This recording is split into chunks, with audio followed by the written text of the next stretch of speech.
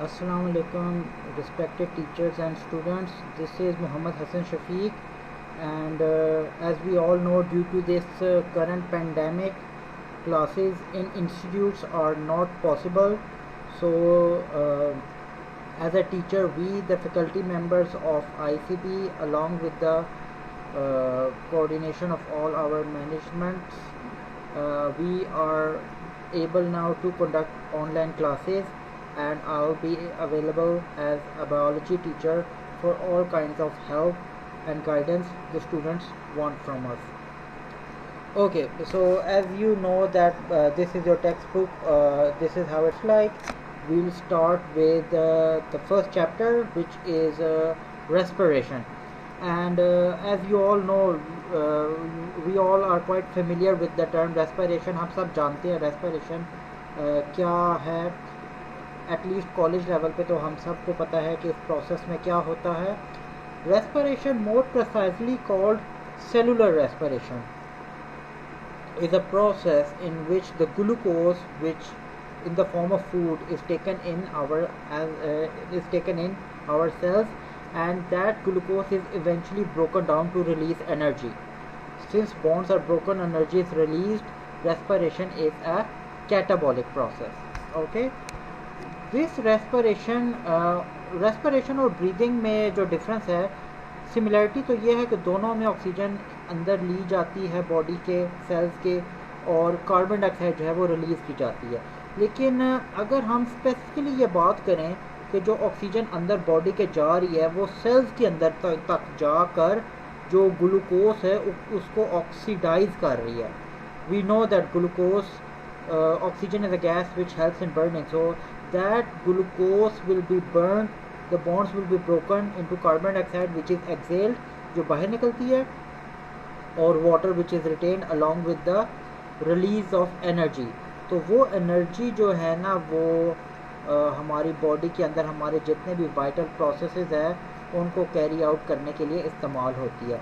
Since we are specifically talking about a cell and inside a cell, that's why respiration is more precisely called internal respiration. अगर हम सिर्फ ये बात करें कि respiration जो प्रोसेस है उसका मतलब ऑक्सीजन का अंदर जाना और कार्बन डाइऑक्साइड का बाहर आना है, तो ये काफ़ी नहीं होगा. ऑर्गेनिज्मिक लेवल पे जब हम ये बात करें ना कि ऑक्सीजन अंदर जा रही है और कार्बन डाइऑक्साइड बाहर आ रही है, तो फिर हम उसको ब्रीदिंग कहेंगे. एज ब्रीदिंग जो है ना वो एक ऑर्गेनिज्मिक लेवल पर एक ऑर्गेनिज्म का अपने एनवायरनमेंट के साथ जो गैसेस एक्सचेंज है उसको ब्रीदिंग कहा जाता है.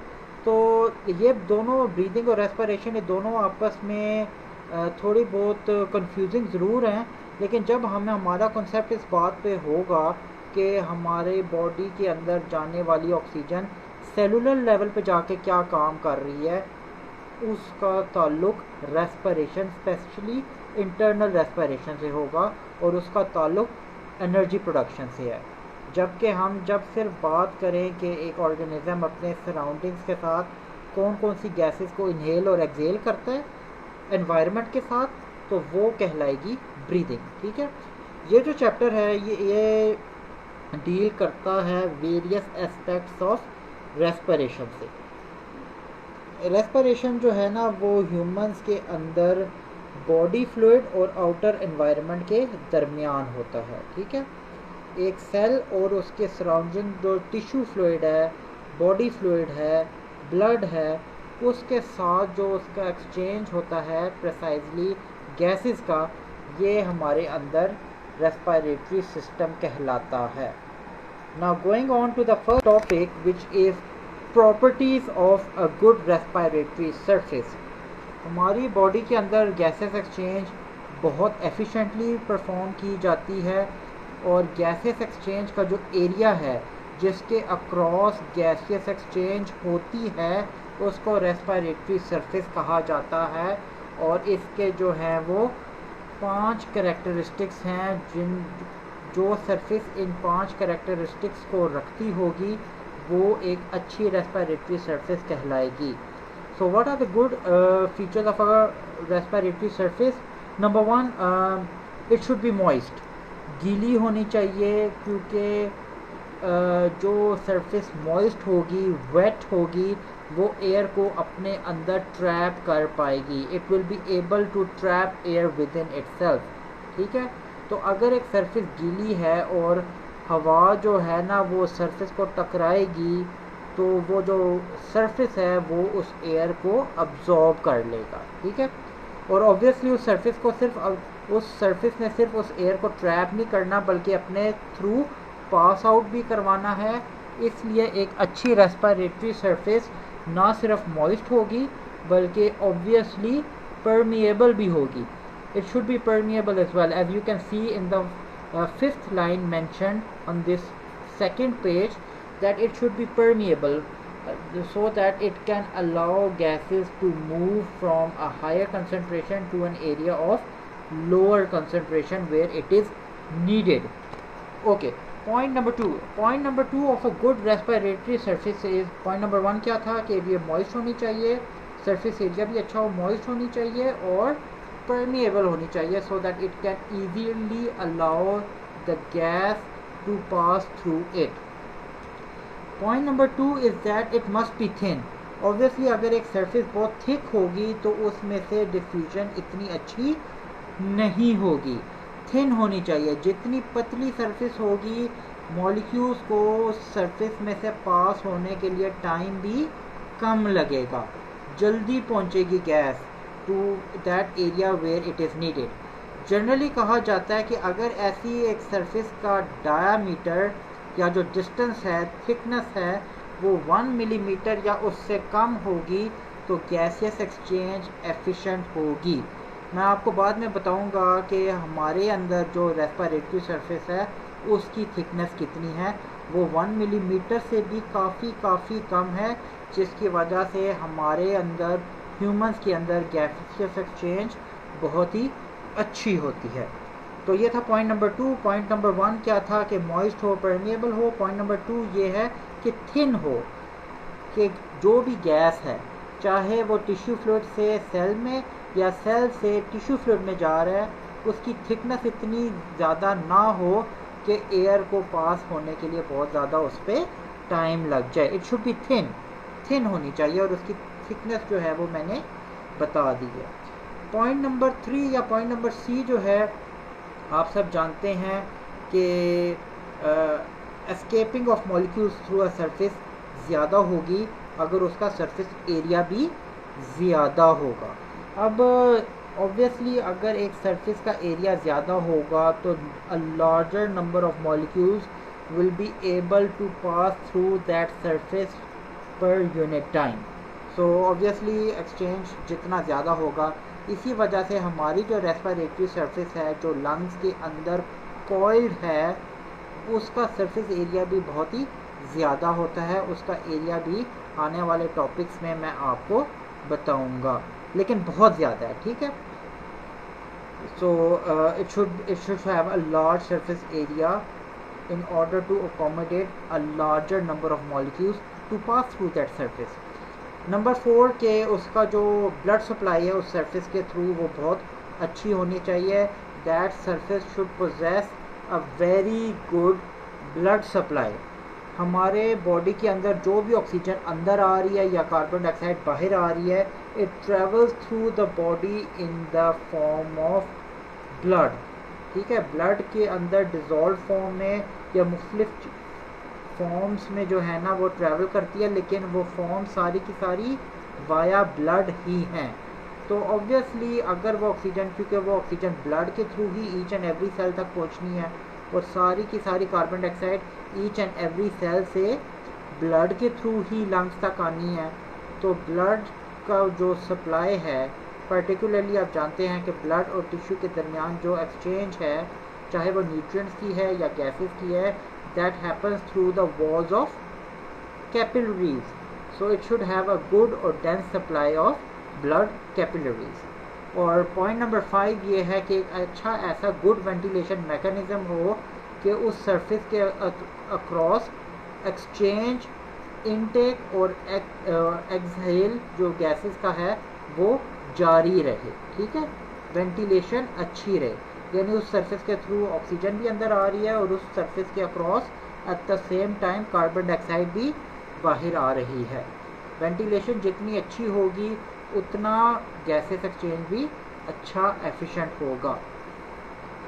अब हमारी बॉडी के अंदर जो रेस्पिरेटरी ट्रैक है, रेस्पिरेशन है, आप लोग क्लास 10 में जानते हैं कि आपने पढ़ा है कि एयर किन किन बॉडी किन किन स्ट्रक्चर से गुजर के अल्टीमेटली लंग्स तक आती है। सो all those parts or structures which are involved with the air passageways in humans can be divided into the upper and lower respiratory tracts. Let's start with the upper respiratory tract, which includes the nostrils, the nasal cavity and the pharynx. Nostrils आप जानते हैं कि दो external openings knows की nostrils कहलाती है और वो अंदर एक टनल लाइक स्ट्रक्चर जिनको नेजल कैविटीज़ कहते हैं वहाँ तक लीड करते हुई जाती है।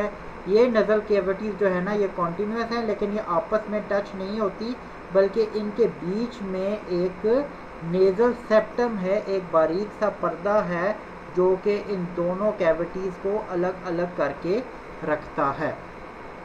ये जो कैविटीज़ का एंटीरियर पार्ट है जो बिल्कुल नॉस्ट्रिल्स के पास है और किसी हद तक एक्सेसिबल भी है, इसको हम कहते हैं कि ये वेस्टिब्यूल्स हैं जिनके अंदर एक नेटवर्क है हेयर्स का।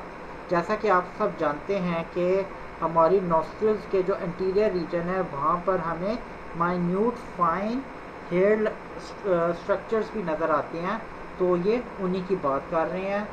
Now these nostrils as well as the nasal cavities especially are lined with mucous epithelium which secrete a fluid which traps dust and other microorganisms to form a sticky paste which is then excreted or pushed out of the body, right? So it is advisable to breathe through the nose या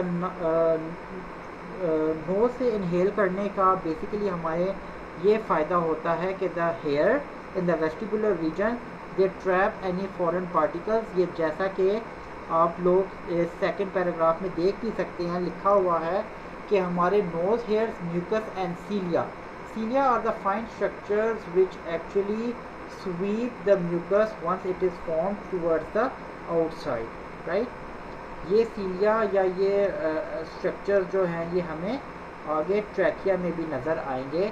ये बिल्कुल एक झाड़ू की तरह किसी चीज़ को एक जगह से दूसरी जगह पुश करती है अलोंग द सरफेस, राइट। और अगर ये किसी वजह से ट्रैप हो जाए या सीलिया जो है अपना फंक्शन परफॉर्म ना कर सके तो हमें ब्रीदिंग प्रॉब्लम्स भी हो सकती हैं।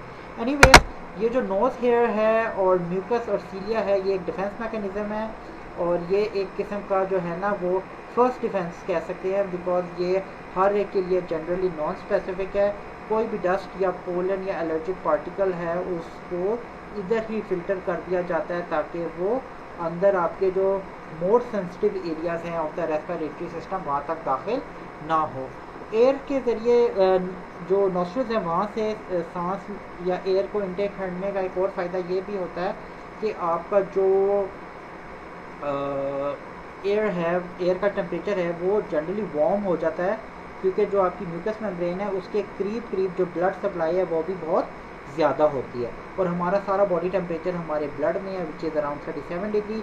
सो the air which is taken in through the nose is generally warmed up to a higher temperature and this is more efficiently exchanged by the blood in the lungs में भी आपका temperature जो है ना ब्लड का वो 37 degree है, तो जो एयर जितनी 37 के करीब होगी उसका डिफ्यूजन और गैसेस एक्सचेंज का जो रेट है वो भी उस एयर की निस्बत ज़्यादा जल्दी होगा जो कि ठंडी है।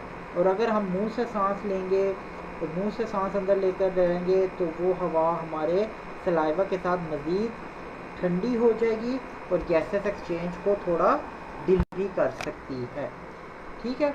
तो ये पेज नंबर 8 पे जो थर्ड आपकी आज की स्लाइड है उसमें लिखा हुआ भी है कि नॉस्ट्रिल से एयर लेने से उसका जो टेम्परेचर है वो 30 डिग्री तक बढ़ जाता है, depending upon the external temperature of course. और ये हायर टेम्परेचर हमें ज़्यादा सूट करता है, as this temperature is close to 37 degrees, so it will facilitate gases exchange much better. जो अपर रेस्पिरेटरी ट्रैक का थर्ड स्ट्रक्चर है pharynx, it is a structure मोर, इसका कोई ख़ास फंक्शन नहीं, it is more of a passage rather than something which has a very important role functionally. It is more of a structure which serves as a passage. ठीक है, ये जो pharynx है ये आपने डाइजेस्टिव सिस्टम में भी पढ़ा होगा कि ये एक ऐसा स्ट्रक्चर है जो कि डाइजेस्टिव सिस्टम और रेस्पिरेटरी सिस्टम दोनों का पार्ट है। वोकलाइजेशन में यानी आवाज़ के पैदा करने में इसका काफ़ी अहम किरदार है। और जो ह्यूमन फेरिंग्स है that is divided into 3 sections, the nasopharynx, the part of the pharynx which connects the nasal cavity, the oropharynx, the part of the pharynx which connects the oral cavity, and the laryngopharynx, the part of the pharynx which connects to the larynx, और जो है that leads us to the first part of the lower respiratory tract. यहाँ से जो है ना वो sensitive parts normally आ रहे हैं because these all are now inside the body, and this is the larynx, right? The larynx is a structure, उसका जो ओपनिंग है उसको कहते हैं ग्लॉटिस। ग्लॉटिस के ऊपर एक बारीक सा कार्टिलेज से बना हुआ एक स्ट्रक्चर है जिसको कहते हैं एपिग्लॉटिस। ये एपिग्लॉटिस जो है ना ये ग्लॉटिस या लैरिंग्स की ओपनिंग को क्लोज करके रखता है। आप जैसा कि इस बुक के अंदर जो है ये डिटेल इसमें देख सकते हैं। अच्छा, एक और बात कि मुझे बेसिकली डाटा बहुत है इंटरनेट में रेस्पिरेटरी सिस्टम से रिलेटेड, लेकिन चूँकि आप लोगों ने बुक को फॉलो करना है, बुक को याद करना है, तो मुझे ज़्यादा बेहतर ये लगा कि आप लोग जो हैं वो बुक से इसको देख लें। हाँ, ऑनलाइन डाटा या वीडियोस या एनिमेशंस के लिए मैं आप लोगों को ज़रूर लिंक्स दूंगा, लेकिन चूँकि अभी आप लोगों के पास बुक्स हैं और हमने एक फ़्लो बनाना है, एक रिदम बनाना है आप लोगों के साथ कि आप लोग जो है ना वो स्टडीज़ अपनी बाकायदा स्टार्ट करें, तो it will be the best in everyone's regard कि आप बुक से जो है ना इसको देखना स्टार्ट करें। इसलिए मैंने बुक की ही जो स्क्रीन शॉट्स हैं वो आप लोगों के सामने ऐसे पेश की हैं। लैरिंग्स की बात कर रहे थे। लैरिंग्स का जो टॉप वाला पार्ट है उसको ग्लॉटिस कहते हैं। ग्लॉटिस के ऊपर एपिग्लॉटिस है, ठीक है, और ग्लॉटिस जो है that is also lined with mucus membrane. अच्छा, लैरिंग्स का आवाज़ पैदा करने में बहुत रोल इस हवाले से है कि लैरिंग्स के अंदर आप लोग 7th लाइन या 8th लाइन में देख भी सकते हैं कि लैरिंग्स के अंदर जो है ना वो हॉरिजॉन्टल फोल्ड्स हैं जो कि अंदर की तरफ हॉरिजॉन्टली आपस में एक दूसरे को फेस कर रही हैं, और जब एयर उनसे एक ख़ास एंगल से टकरा के गुजरती है तो दे क्रिएट अ साउंड, ठीक है। That's why they are also called vocal cords. ये इलास्टिक होती हैं, ठीक है, और एयर जब इनमें से गुजरती है तो ये एक ख़ास किस्म की आवाज़ को प्रोड्यूस करते हैं। अब जिस तरह की जिस एंगल से वो विंड गुजरेगी, जितने प्रेशर से इंटेंसिटी से गुजरेगी, those factors will all depend upon what kind of a voice और साउंड वी विल प्रोड्यूस। लेकिन जब ये वोकल या ये हॉरिजॉन्टल फोर्स से एयर टकराती है तो ये वाइब्रेट करते हैं और इनकी वाइब्रेशन से साउंड की सेंसेशन जो है वो पैदा होती है। अच्छा जी, air then further is channelise to the trachea. Trachea को विंड पाइप भी कहते हैं। इट इज़ मेम्ब्रेनस और इसमें 15 to 20 C shape cartilaginous rings हैं with the rings facing on the dorsal side, पीछे की तरफ होती हैं। सामने से ये जो रिंग्स हैं ये क्लोज्ड होती हैं, ठीक है। ये सिर्फ एक पैसेज है, एयर जो है वो ट्रैकिया से जो है वो ब्रोंकाई में जाएगा। Trachea is also lined with cilia, so it can also swipe or remove any foreign particles or agents or microorganisms which escaped the nostrils and now have entered the windpipe. They can still be removed. Okay.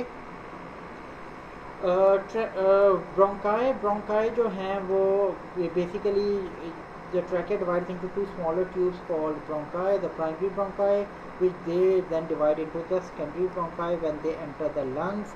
These secondary bronchi then further divide into the tertiary bronchi. ठीक है, इन ये जो divide करते जा रहे हैं इनका diameter जो है वो कम होता जा रहा है। आने वाली स्लाइड्स में मैं आपको बताऊंगा कि जो लेफ्ट लंग है उसके अंदर दो लोब्स हैं, इसलिए प्राइमरी ब्रोंकाई जब सेकेंडरी ब्रोंकाई बनाएगी तो वो सिर्फ दो सेकेंडरी ब्रोंकाई बनाएगी, लेकिन जब यही सेकेंडरी ब्रोंकाई राइट लंग के अंदर डिवाइड होंगे तो वो तीन सेकेंडरी ब्रोंकाई बनाएंगे depending upon the lobes we have in each lung. ये ब्रोंकाई डिवाइड होकर फिर ब्रोंकियोल्स बनाएंगे। The tertiary bronchi will divide into bronchioles and when they have a diameter of 1 millimetre और less then they are called terminal bronchioles. In the secondary bronchi, the C-shaped cartilaginous rings are replaced with plates, and later on these terminal branches have no cartilaginous structure.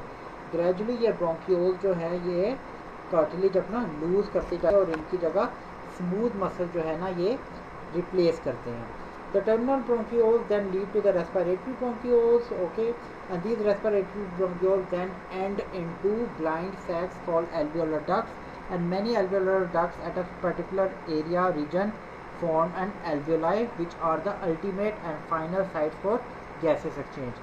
जो alveoli की surface है उसके ऊपर चौकोर square की shape के squamous epithelial layers हैं which जिनके थ्रू जो गैसेस एक्सचेंज है वो होगी।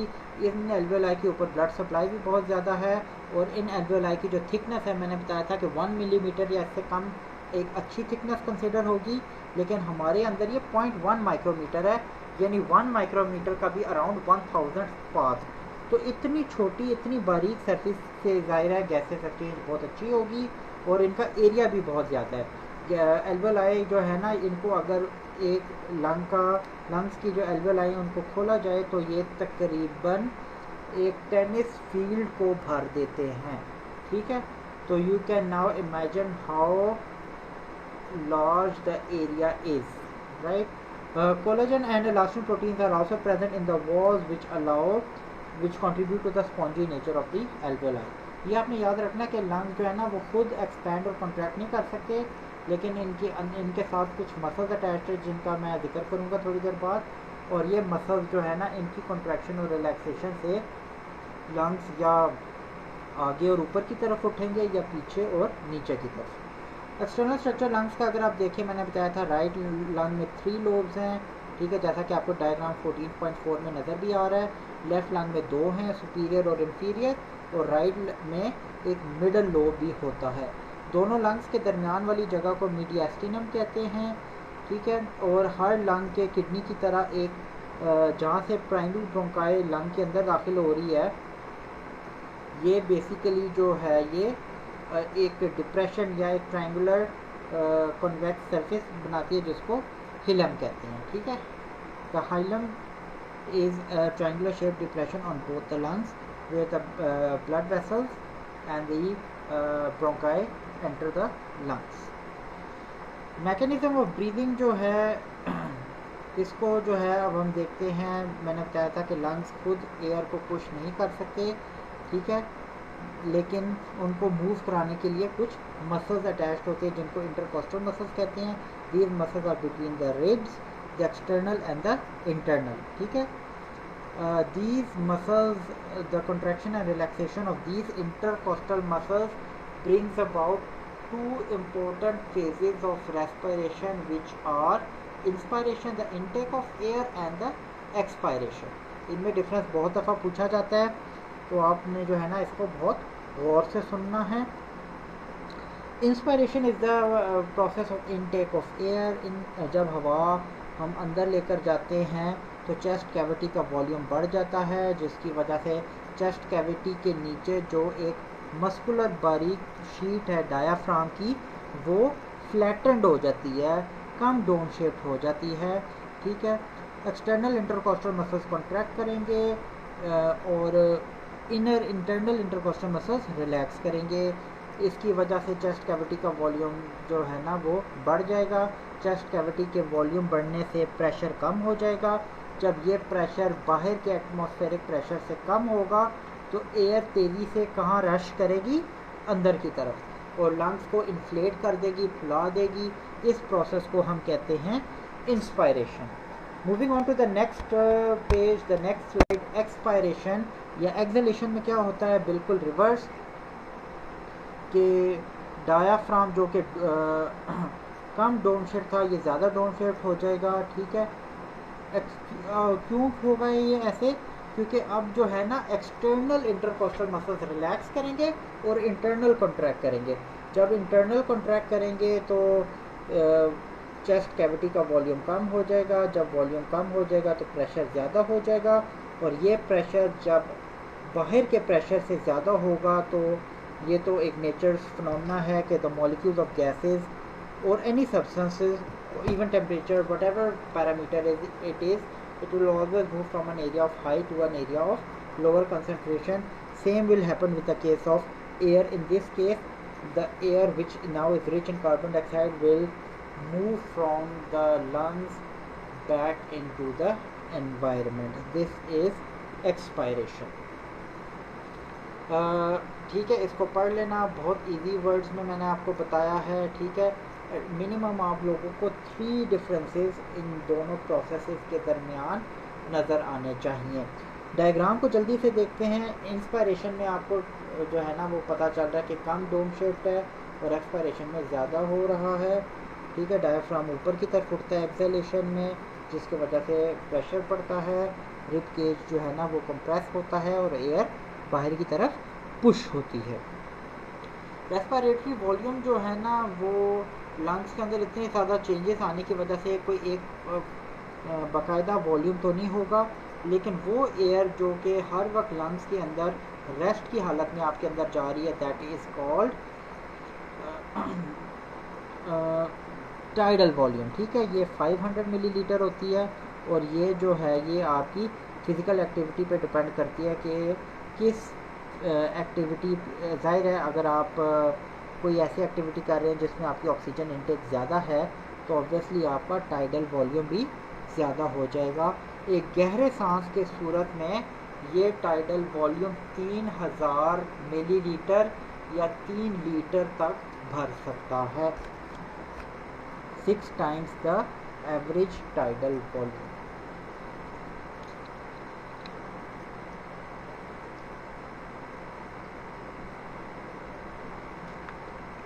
Moving on to the next slide, control of breathing. Now आप ये सब जानते हैं कि ब्रीदिंग जो है ये एक इनवॉलंटरी प्रोसेस है। हम तमाम इंसान, ह्यूमंस, जानदार ये अपनी ब्रीदिंग को वॉलंटरी कंट्रोल नहीं कर सकते, even for a few seconds अगर हम कर भी लें, but it is largely an involuntary process.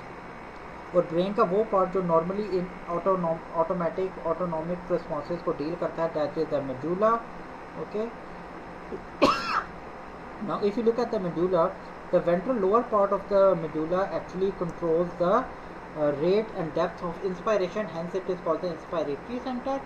And the lateral and top sides of medulla, which is a part of hindbrain, inhibit expiration and stimulate the expiratory centers, expiratory processes.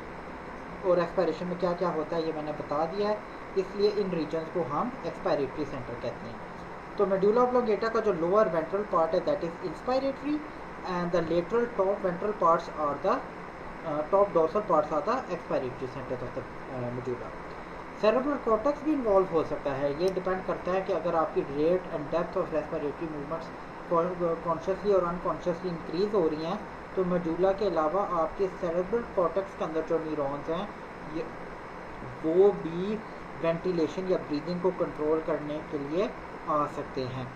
जब आप consciousness lose करते हैं and you gradually go into a state where it is becoming very difficult for you to breathe, then limbic system can also come in the field and affect the respiratory centres, ठीक है।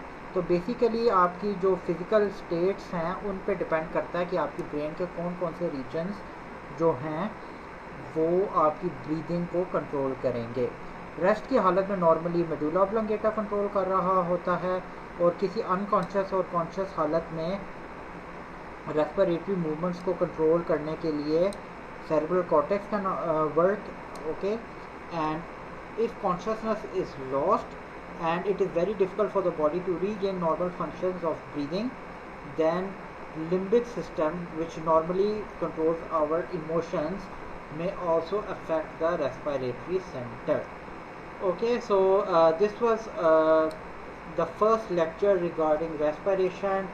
जो इस topic या आज के दिन के हवाले से इम्पोर्टेंट क्वेश्चंस बनते हैं वो ब्रीदिंग और रेस्पिरेशन में बेसिक डिफरेंसेस हैं जो कि आप क्लास 10 से पढ़ते आ रहे हैं.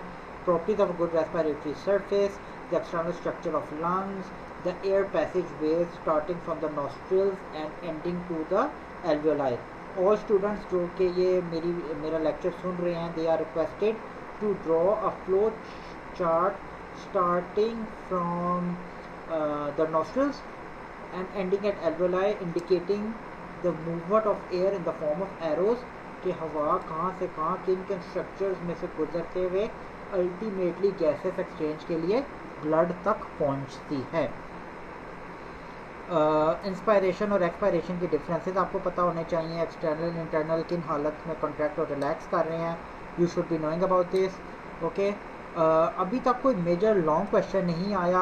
नेक्स्ट टॉपिक जो है वो that is regarding the transport of oxygen and carbon dioxide in blood. उसको बहुत गौर से सुनिएगा. और वो जो है ना पहला important long question in terms of long question वो बहुत इम्पोर्टेंट और अक्सर फेडरल बोर्ड में इस क्वेश्चन को वेटेज भी दी जाती है. This was all for today. अपना बहुत ख्याल रखिएगा. इस पेंडेमिक में स्पेशली अपने आप को जो है वो अपने हाथ धो के रखिएगा. सैनिटाइजर्स का बाकायदगी से इस्तेमाल कीजिए. बिला ज़रूरत घर से बाहर ना निकलिए. और पाकिस्तान की सलामती और जो अफेक्टेड हैं उनके लिए हमेशा दुआ करते रहिएगा. अल्लाह हाफ़िज़. Take care.